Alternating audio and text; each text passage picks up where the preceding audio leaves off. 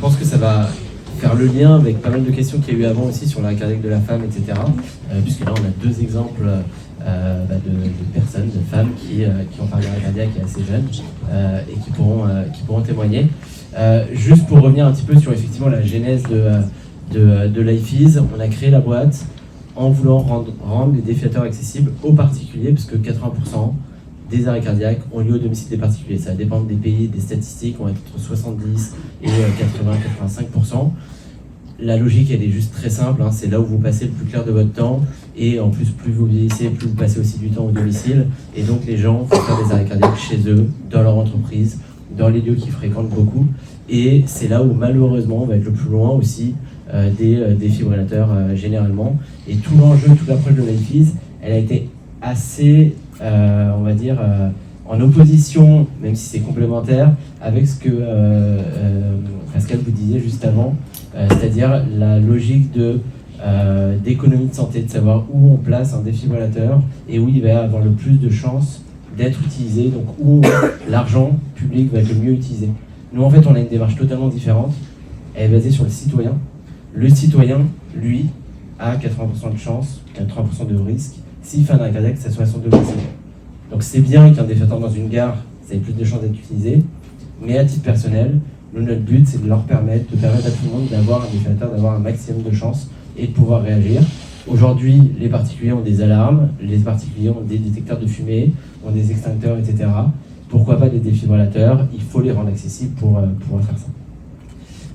Et donc, notre première rencontre, ça a été quand vous nous avez vu passer à la télé et dire qu'on avait fait un défibrillateur pour les particuliers et ça avait l'air d'avoir du sens pour vous. Ça m'intéresse un petit peu de voir votre position et votre positionnement sur ce côté complémentaire par rapport au grand public. Ouais. C'est vrai que ici dans la salle, finalement, il n'y a pas beaucoup de personnes à risque. Vous n'êtes pas à votre domicile, vous n'avez pas entre 65 et 70 ans. Ah, par contre, il y a plus de 65% d'hommes, et ces 65%, c'est à peu près le ratio, 65%, 35% d'arrêt cardiaque. Donc, vous voyez, la cible, elle est là. Et c'est vrai que, tu as raison, Johan, c'est que ça va un petit peu à l'encontre. On ne parle pas de la même chose, en fait. Quand on parle de santé publique, puis quand on parle d'intérêt personnel. Et ça, c'est très important. Il faut prendre les deux choses à bras-le-corps. Il faut que le pouvoir public fasse la réflexion dont je parlais tout à l'heure, c'est-à-dire d'implanter des défibrillateurs dans des endroits spécifiques et à risque. Après, il est clair que si on pouvait doter tous nos citoyens, en tout cas au moins un citoyen dans un rayon d'action. Parce que là aussi, c'est la mutualisation qui pourra. Parce que c'est un peu on ne veut pas une médecine, on parlait tout à l'heure d'une médecine à 2 vitesses. Actuellement, on a des médecines à 3 vitesses quasiment, en France, hélas. Et là, dans le domaine de la prise en charge de l'arrêt cardiaque, il faut qu'on arrive à trouver une culture communautaire, et c'est bien difficile aujourd'hui dans notre situation contextuelle où chacun pour soi et personne pour tous. C'est vrai qu'il faut qu'on arrive à se battre tous ensemble, tous les acteurs, pour que les défibrillateurs deviennent quelque chose d'utilisable par, on va dire, une petite communauté. Donc individuel, oui, quand on le peut, et par contre, si on peut le mettre dans la tour où j'habite, ou si je peux me déclarer propriétaire d'un défibrillateur dans mon petit square, ça vaut le coup. Ça vaut le coup parce que mon voisin, il va savoir que. Donc ça, c'est très important. Et ensuite, c'est de se dire que la chaîne de secours, elle commence également par ceux qui reçoivent l'appel. Aujourd'hui, on n'en parle pas beaucoup, mais par contre, dans les référentiels internationaux, c'est la première chose qui commencera, d'ailleurs, les recommandations de 2025, c'est que de prendre en compte le système de santé et d'enseigner à nos assistants de régulation médicale, à nos auxiliaires de réception des appels, on les appelle différemment en fonction que c'est blanc, c'est rouge, peu importe. C'est en tout cas celui qui va recevoir ce premier appel et va détecter l'arrêt cardiaque. Et c'est là où tout se joue. C'est là où tout se joue parce que c'est pas facile. C'est soit quelqu'un qu'on aime et qui fait l'arrêt cardiaque, quelqu'un au minimum que l'on connaît, peut-être un ami à la maison au moment de l'apéro, et que la dimension psychologique est majeure. Cette dimension psychologique, il est du rôle de celui qui va recevoir l'appel que de déclencher une aide pour que celui qui peut-être a appris les premiers secours ou peut-être n'a pas appris les premiers secours ait le culot d'appuyer toutes les secondes, 2 fois par minute, sur le thorax de cette personne qui est peut-être sa grand-mère, qui est peut-être son mari, plus rarement sa femme, on l'a dit statistiquement. Et ça, c'est quelque chose qui est très très important. Très important de se dire que c'est un couple qui se fait entre quelqu'un qui reçoit l'appel et quelqu'un qui constate ce qu'il constate. Et ça va être un challenge justement plutôt communautaire qu'individuel. Et puis après, il y a motiver les citoyens, de se doter de ce défibrillateur. Mais ce n'est pas une boîte magique, il faut absolument que ça aille avec l'apprentissage des gestes de premier secours. Et que, grâce à ça, on ait des personnes avec nous qui pourraient ne pas être avec nous s'il n'y avait pas eu quelqu'un d'efficace.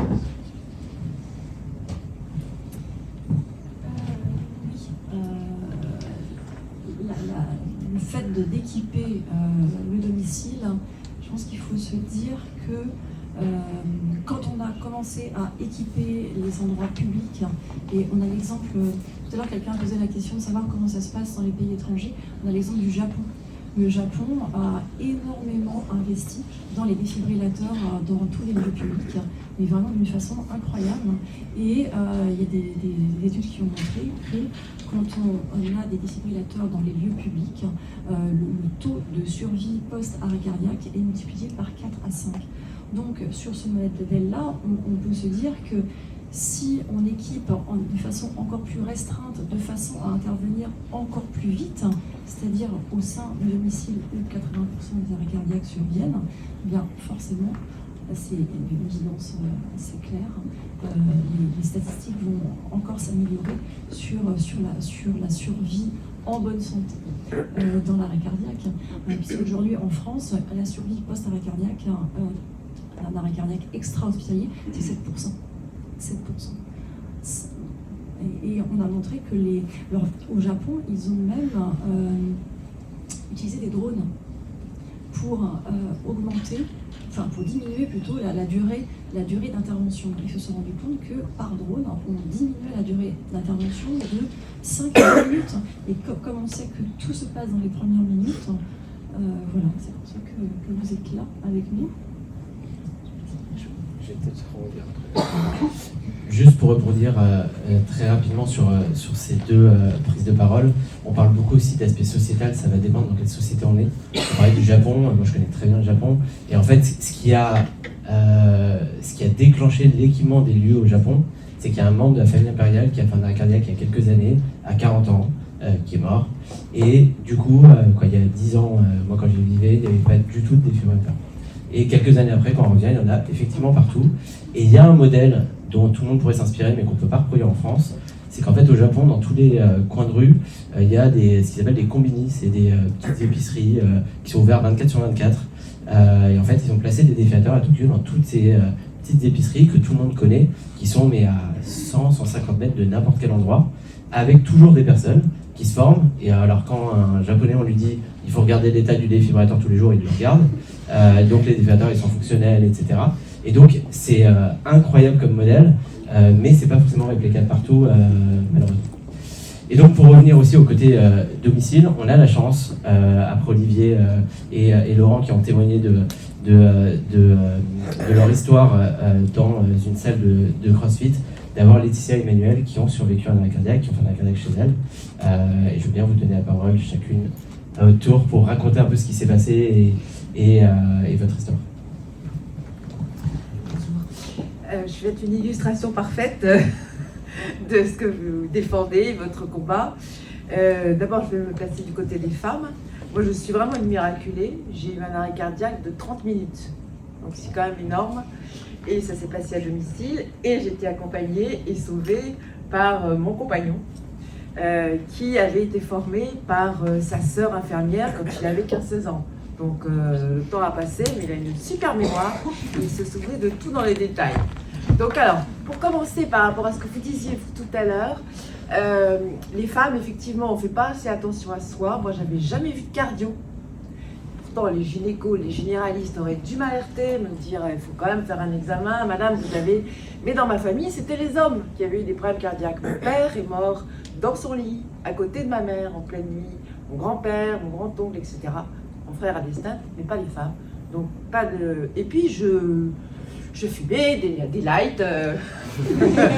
Voilà. Et comme je suis écrivain, pour moi, ma petite cigarette, ça me donnait soi-disant l'inspiration. Voilà. Et d'ailleurs, j'ai eu des signes aussi. Oui, ça stimule. J'ai eu des signes aussi qui... j'ai pas fait le lien avec le cœur. J'avais la nuit précédente, j'ai bossé pendant toute une nuit blanche sur les épreuves de mon prochain roman. C'était il y a 3 ans. Hein. Et j'avais des douleurs dans les reins. J'ai pas fait le lien, mais qui vraiment... Je me disais, ma fille, il faut que tu arrêtes de fumer. Pour moi, c'était pas lié au cœur, les reins. Enfin, franchement, je voyais pas du tout le rapport. Et donc, ce jour-là, ce lundi 7 février 2022, je vais d'abord prendre un petit café avec un agent littéraire. Et je rentre à la maison. Et par chance, Anthony, mon compagnon, qui est journaliste au Figaro, il était là. Normalement, le lundi, ils ont réunion culture. Mais comme ce jour-là, il devait faire la nécro d'un auteur de théâtre mort à 101 ans, il est resté. Donc, si je vis, c'est grâce à un mort.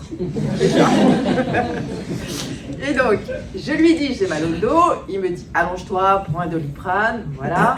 Et là, il voit quand même que je vais pas très bien, surtout que je lui dis à un moment, j'ai envie de vomir. Et là, il se rappelle que dans un roman, il avait lu qu'une femme qui avait envie de vomir avait fait un arrêt cardiaque. Donc c'est un signe, envie de vomir. Et il voit quand même que je deviens un peu grisâtre, un peu jaunâtre, que je suis pas bien, que j'ai la tête... J'étais présente, mais en même temps, après, je me suis plus souvenue de tout ce qui s'est passé. Donc j'ai dû mener l'enquête pour reconstituer les faits, après. Parce qu'il y a une espèce de système de protection. Moi, je suis morte, hein. Je suis morte pendant une demi-heure. Voilà. Avant la mort, quelque chose qui s'est passé chez moi, pour que je ne me souvienne pas du moment de ma mort. Parce que donc, ce qui se passe, c'est qu'il voit que je ne vais pas bien, il voit que je ne respire plus. Et il a tout de suite le réflexe d'appeler le SAMU, première chose, qui leur dit, bon, bonne réponse, on vient, on envoie les pompiers. Mais il s'est passé quand même un délai assez long de 20 minutes avant l'arrivée des pompiers.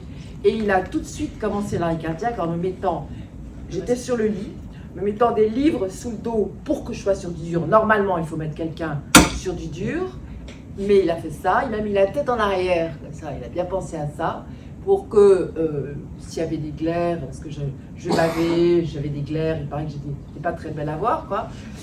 Et je perds connaissance, évidemment, donc il est face à quelqu'un, un cadavre. Et il y va, il fait, en se disant, il y a peut-être une chance sur 10 000 qu'elle s'en sorte, mais je le fais. Il a fait ce massage très activement, avec beaucoup de... Voilà, très vite, il n'y a pas, parce qu'il ne faut pas attendre 3 minutes, hein, ça je pense que vous l'avez dit, le temps dans ces cas-là est compté, le cerveau n'étant plus irrigué en une vitesse incroyable. Et donc, il a tenu, les pompiers arrivent, et là, le gag, si on peut appeler ça, ils disent, vous monsieur, vous avez le code. Bah non, il n'avait pas le code, il se sert d'un bic pour entrer dans l'immeuble. Alors, il m'a lâché, il a dû descendre par l'escalier. Ben oui, il n'avait pas le choix.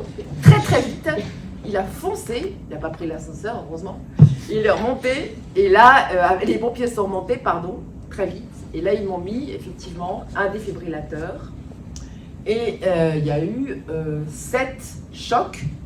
Ils auraient pu arrêter là, parce que ça faisait quand même bientôt 30 minutes que j'étais complètement sans réaction. Ils en ont fait un 8e, et le cœur est reparti au 8e. Par chance. Voilà, c'est donc... et le cœur est reparti, et là j'ai été envoyée à Cochin, où j'ai été dans le coma pendant 5 jours. Et là, je voulais découvrir toute l'histoire, parce que je l'ai écrit, je suis romancière. Donc je n'ai pas apporté mes bouquins ici, mais si vous voulez vous le procurer, faire ma pub, ça s'appelle Un coup au cœur. Je suis Emmanuelle de Boisson et je suis chez Calman Lévy. C'est sorti il y a 3 ans. Et depuis 3 ans, qu'est-ce que je fais? Qu'est-ce que je fais depuis la sortie de ce livre? Je passe mon temps à aller dans des librairies. Je sillonne toute la France. Là, j'ai bientôt un colloque devant 900 médecins réanimateurs, mais le colloque de réanimation qui aura lieu bientôt. Mais je fais ça et souvent, il y a aussi une pièce de théâtre qui a été adaptée, qui va se jouer d'ailleurs au Festival d'Avignon, Spectrivo à Avignon, qui s'appelle À cœur perdu, avec une actrice fantastique. Et ça a été une suite comme si je devais vivre parce que j'avais une mission. Et cette mission, c'est d'alerter non seulement les gens sur ce que c'est que l'arrêt cardiaque et les gestes qui sauvent, parce que très souvent, au cours de ces rencontres, je fais venir, ou les gens qui me reçoivent, des secouristes et avec un mannequin, et il faut une démonstration, parfois sur moi aussi, de sauvetage avec des fibrillateurs, avec massage cardiaque, etc. Donc c'est très salutaire. D'ailleurs, aussi après chaque représentation de la pièce, très souvent j'interviens, j'incite les gens à la prévention, à la formation, aux gestes qui sauvent, à l'obligation d'un défibrillateur chez soi si possible, mais c'est cher quand même. Il faut en avoir les moyens et puis il faut le maintien. Et dans les immeubles en tout cas. Et voilà, on leur donne des clés, on leur donne des applications aussi. Je crois qu'il y a le Bon Samaritain, il y a plusieurs applications que vous connaissez sûrement, qui sont assez utiles. Et donc voilà, c'est toute une croisade, si je puis dire, que je mène avec... j'y crois, je crois que... Bon, je sais que je suis un cas rare, mais oui, ça existe, des gens qui s'en sortent sans séquelles, rien. Il y a des gens d'ailleurs qui me regardent parfois, qui me disent « mais vous allez bien ?» Et puis alors après on vous dit « mais attention, n'en faites pas trop quand même, vous stressez pas ?» Mais je dis « mais ça va bien quoi, vous ne me prenez pas pour une malade !» Alors en plus pour l'anecdote, mais c'est pas une anecdote pour moi, pour ceux qui veulent le lire, je raconte l'expérience de mort imminente que j'ai faite. Voilà. Je me suis souvenue d'être partie dans l'au-delà. Et je raconte ce voyage dans l'au-delà pendant cette demi-heure, qui est très rassurant pour les personnes qui ont peur de la mort, qui ont des disparus, des proches de la famille, qui sont encore dans le chagrin. C'est cette expérience de mort imminente qui est sans doute quelque chose qui s'explique scientifiquement de plus en plus. C'est-à-dire qu'après, on aurait sans doute un passage vers un bel endroit. On préfère la vie, hein, entre nous.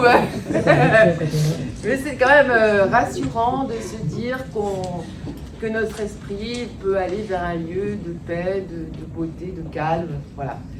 En tout cas, voilà. Donc, si vous avez des questions. Enfin, on va écouter l'autre témoignage de l'autre survivante. Sacrée expérience. Alors, on peut avoir d'autres expériences. Moi, je suis en train de me dire là que j'avais, je pense, facilement une trentaine de personnes à remercier dans la chaîne de survie. Ça a commencé par mes parents et mon mari, mais après il y a eu beaucoup de monde. C'est impressionnant, il y a même eu 2 motards. Alors mes enfants ils étaient là, waouh, t'as été accompagné par des motards quand même, c'est la classe.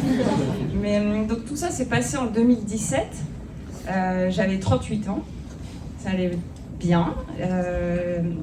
Il faut savoir que la veille j'étais dans une petite maison à la campagne, et, très loin de tout, et il n'y avait plus de chauffage, donc on est rentré. Et le lendemain, on décide d'aller déjeuner chez mes parents avec mon mari et les 3 petits. Je vais dans la cuisine aider ma mère et là, je m'effondre, je lâche le plat, je m'effondre. Donc, aucun signe précurseur. Et là, donc ma mère prend mon pouls, voit qu'il n'y en a plus.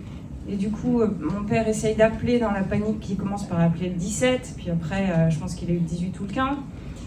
Pendant ce temps, mon mari m'installe et attaque le massage. Il dit qu'il a mis trop de temps, mais en fait, si j'en parle, c'est que ça va. Il a dû le faire finalement assez rapidement. Et il avait à côté de lui le téléphone en haut-parleur avec le secouriste que j'aimerais bien remercier un jour, qui l'a fait tenir pendant 15 minutes. Le temps que les pompiers arrivent, ils ont défibrillé, je ne sais pas combien de fois, mais le cœur est revenu, pas le cerveau, donc je suis partie à Pompidou. Et ils m'ont mis dans un coma artificiel où ils refroidissent le corps il y a un système pour qu'il n'y ait que le cerveau qui travaille. Et je me suis réveillée au bout de 36 heures. en pensant que c'était l'été alors qu'on était en plein hiver. J'avais pas la mémoire de l'instant, donc mes amis s'amusaient à revenir à chaque fois dans la chambre et ils faisaient « Ah, t'es là, t'es bien !» Donc ça a duré quelques jours, mais il n'y a plus de séquelles après. Donc voilà, et la petite particularité, c'est qu'ils n'ont jamais trouvé la cause. Donc je fais partie de ce qu'on appelle la mort subite du jeune adulte, comme il y a la mort subite du nourrisson. Je ne savais pas qu'on pouvait avoir le jeune adulte, mais j'étais fière d'être jeune adulte. Et c'était... donc on a fait plein d'examens, il n'y a pas de cause avérée, donc c'est 1% des cas non expliqués, je crois. Pour moi, la seule chose, c'est que, et je pense que ça ferait peut-être l'objet d'un atelier plus tard, mais sur le stress et le cœur, parce que moi, j'étais quand même en surcharge mentale et de travail assez intense, et les médecins m'ont juste dit de réduire un peu la voilure sur le travail. Voilà. Mais bon, c'était... Et donc, tout ça était en appartement. Il y avait les voisins qui étaient alertés, mais il n'y avait pas de défibrillateur à côté. Donc, heureusement qu'il y avait des gestes. Moi, la cause, juste pour terminer la cause, c'était... Bon, mamie instinct, j'avais une ventriculaire du cœur qui était bouchée. Et un bouchon qui s'est formé d'un coup. Mais sans doute dû, quand on parlait de charge mentale, à cela, cette charge mentale qui a formé de l'atéro. Hein? Aussi, mais pas que, je pense que le stress, j'en ai quand même pas mal, a dû et a formé cette espèce de petite pollution le long de mes artères. Je viens y croire, je préfère y croire. Parce qu'il y a des gens qui fument et qui n'ont pas ça aussi.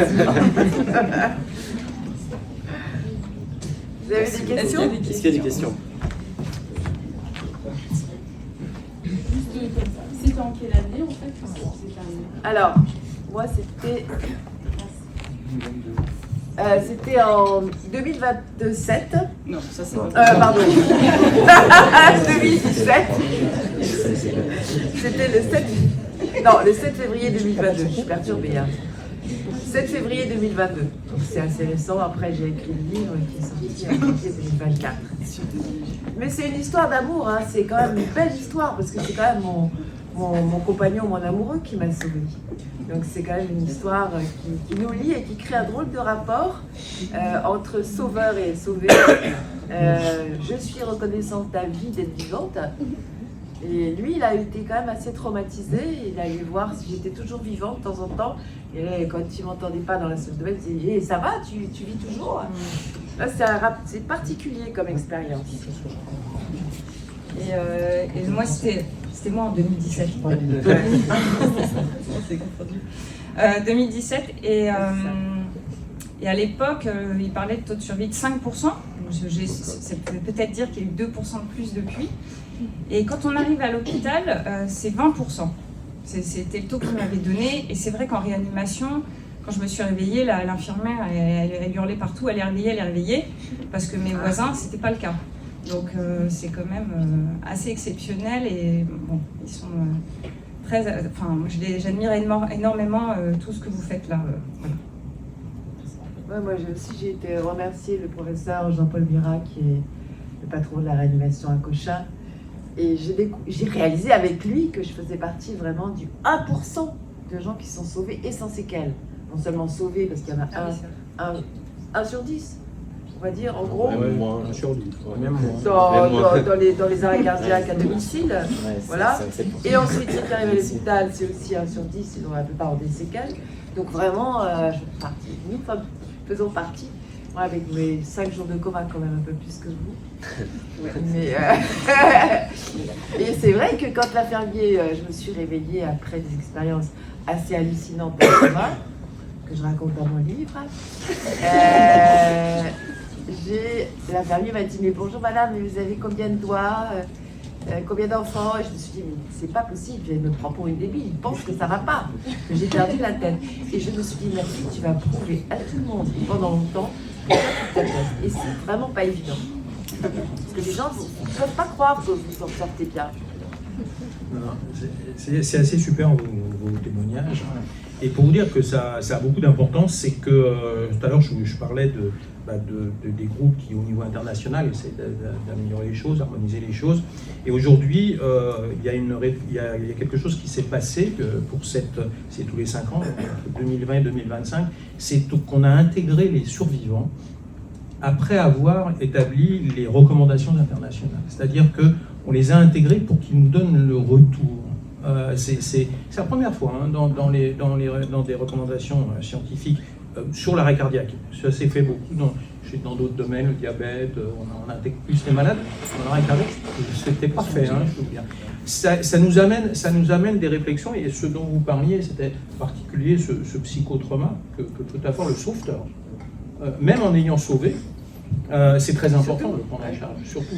Et puis deuxièmement, c'est cette relation dont je parlais tout à l'heure, on va vous remercier. Le secouriste, c'est en fait un assistant de réponse médicale qui a aidé votre époux. C'est ça aussi qui fait en fait en sorte qu'on prend cette dimension psychologique en compte et cette dimension du vécu. C'est marrant quand vous le racontez. On a bien vu le coup de publicité, mais bon. Mais j'aurais intérêt à me aussi. Et c'est vrai que c'est super important d'avoir votre ressenti, votre vécu, aussi pour les hospitaliers, j'imagine, parce que le retour vers les hospitaliers de son réveil, de ce qui se passe, les expériences de mort imminente, on en a d'autres, et c'est aussi super important, parce que on n'en a pas beaucoup scientifiquement. C'est vrai que c'est plein de choses qui font que vraiment, merci d'être venu. Est-ce qu'il y a d'autres questions? Je vais dire à voix haute. C'est pour le demi-miraculé. Aujourd'hui, est-ce que vous équipez d'un défibrillateur?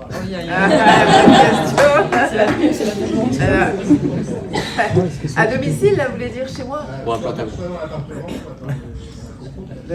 Non, pas encore, mais j'envisage de le faire, surtout que là j'ai fait une vidéo, on en a parlé avec, en général, oui, donc je sais que c'est important, au moins ça serait bien qu'il y en ait dans l'immeuble. Mais il paraît qu'il y a beaucoup de gens qui les volent. J'ai vu ça l'autre jour à la télé, et c'est embêtant parce que c'est vrai que ça vaut cher et que si c'est volé, peut-être pas dans les immeubles, mais à l'extérieur. Mais c'était un achat prévu, voilà. Moi j'ai un défibrillateur mais sur moi. Et en fait c'est pas sur le cœur, c'est sur le côté, sur le thorax, sous le bras. Donc c'est un portatif qui est en Bluetooth, ça marche très bien. Parce qu'ils savent pas, donc en préventif, c'est pas mal, mais ça va pas aider les autres. Donc moi j'envisage de demander pour la copropriété. Voilà. On vous présentera un petit groupe qui a créé un défibrillateur. Un groupe qui vient de venir là, mais peut-être ça vous est déjà vu à l'esprit.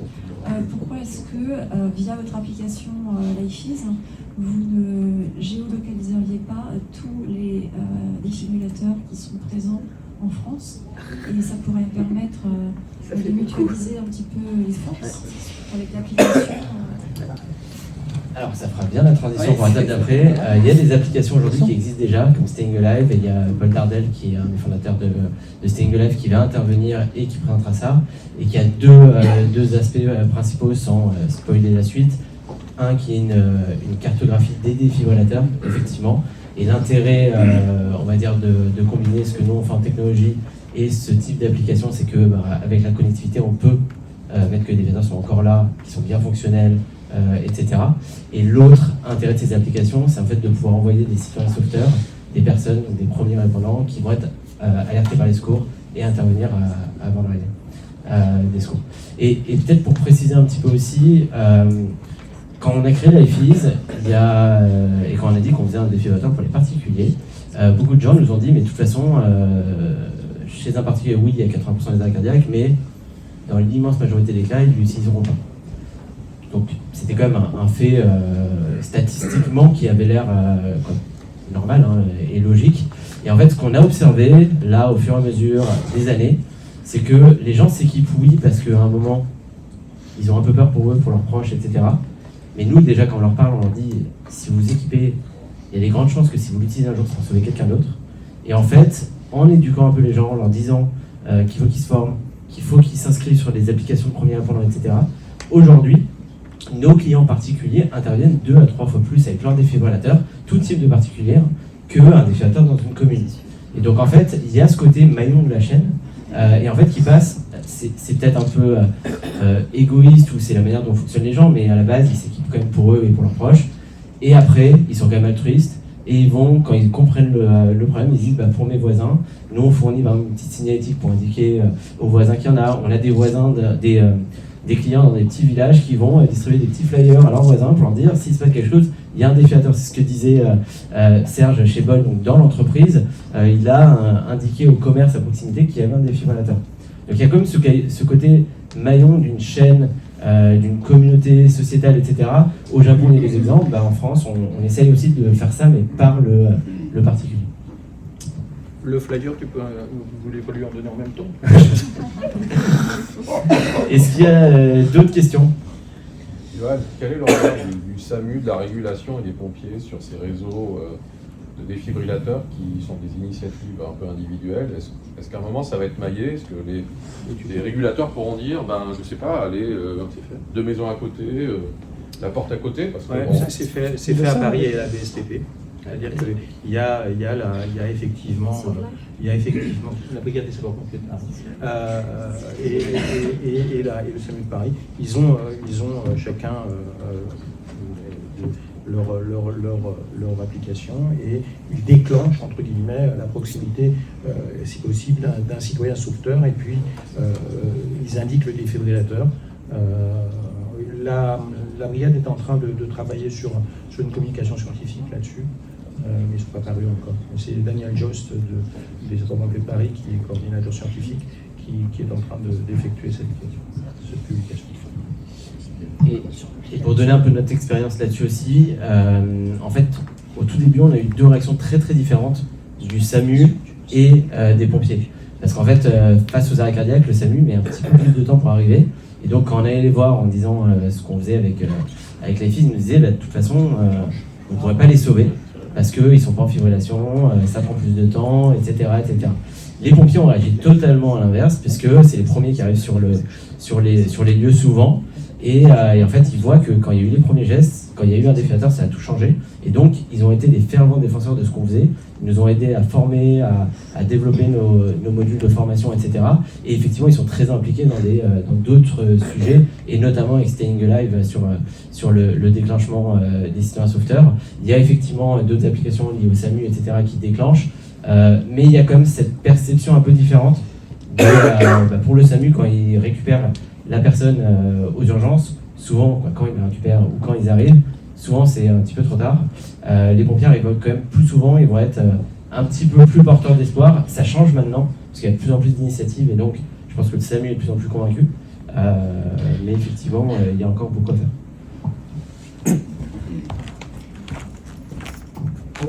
Pour revenir sur les 2 principales applications, sur l'application SauveLife, en tout cas, on peut inscrire qu'on a un défibrillateur et qu'on peut intervenir avec. Mais le problème, c'est que les 2 applications, c'est toujours le problème, elles ne sont pas interopérantes. C'est-à-dire qu'il faut s'inscrire sur les 2 pour être déclenché. Soit vous êtes dans une zone SAMU, soit vous êtes dans une zone pompier. Il y a toujours cette lutte entre les blancs et les rouges. Et ça, il faudrait que ça s'arrête à un moment. Ouais, mais pour ça, il faut que vous deveniez ministre de la Santé, parce que c'est compliqué. Mais non, mais vous avez raison. Vous avez raison. Pardon. Vous avez raison. Aussi, Johan, en fait, c'est vrai ce que tu dis, mais c'est un peu vrai faux, parce que faut pas oublier que les sapeurs-pompiers ont un réseau de proximité. Donc de toute façon, même si l'appel de l'arrêt cardiaque s'effectue au 15, de toute façon, un véhicule 18 part tout de suite, parce qu'ils sont plus près, et qu'on veut que des secouristes fassent effectivement les premiers gestes. Et le premier témoin si possible, évidemment. Mais après, il y a besoin des médecins. Et là, par contre, le SAMU est indispensable. Donc, c'est complémentaire. Oui, vous avez raison. Il y a cette dualité, on ne peut pas la nier, elle est là. Mais aussi, c'est une complémentarité qui existe dans de nombreux endroits où ça se passe bien. Paris en est un malgré tout, malgré effectivement deux applications qui sont différentes. Et je crois que finalement, vous savez, j'avais la chance aussi d'être au moment de cette discussion des applications. Et l'État n'a pas voulu légiférer. Il n'avait pas les moyens. C'est-à-dire qu'il aurait fallu que l'État investisse et prenne partenariat avec eux. Et en fait, ils n'ont pas voulu. C'était un séminaire qui a eu lieu au ministère de la Santé. Et l'État a laissé ouvert cette porte à des opérateurs privés pour ces applications. Et jusqu'à ce jour, en tout cas, le laisse encore. Donc il y avait même une autre application dans l'Est du pays et qui était également encore en fonction. Voilà, c'est comme ça. Mais en tout cas, le plus important, c'est d'avoir des acteurs qui aident la prise en charge de l'arrêt cardiaque et qui arrivent à sauver des autrices et des mamans.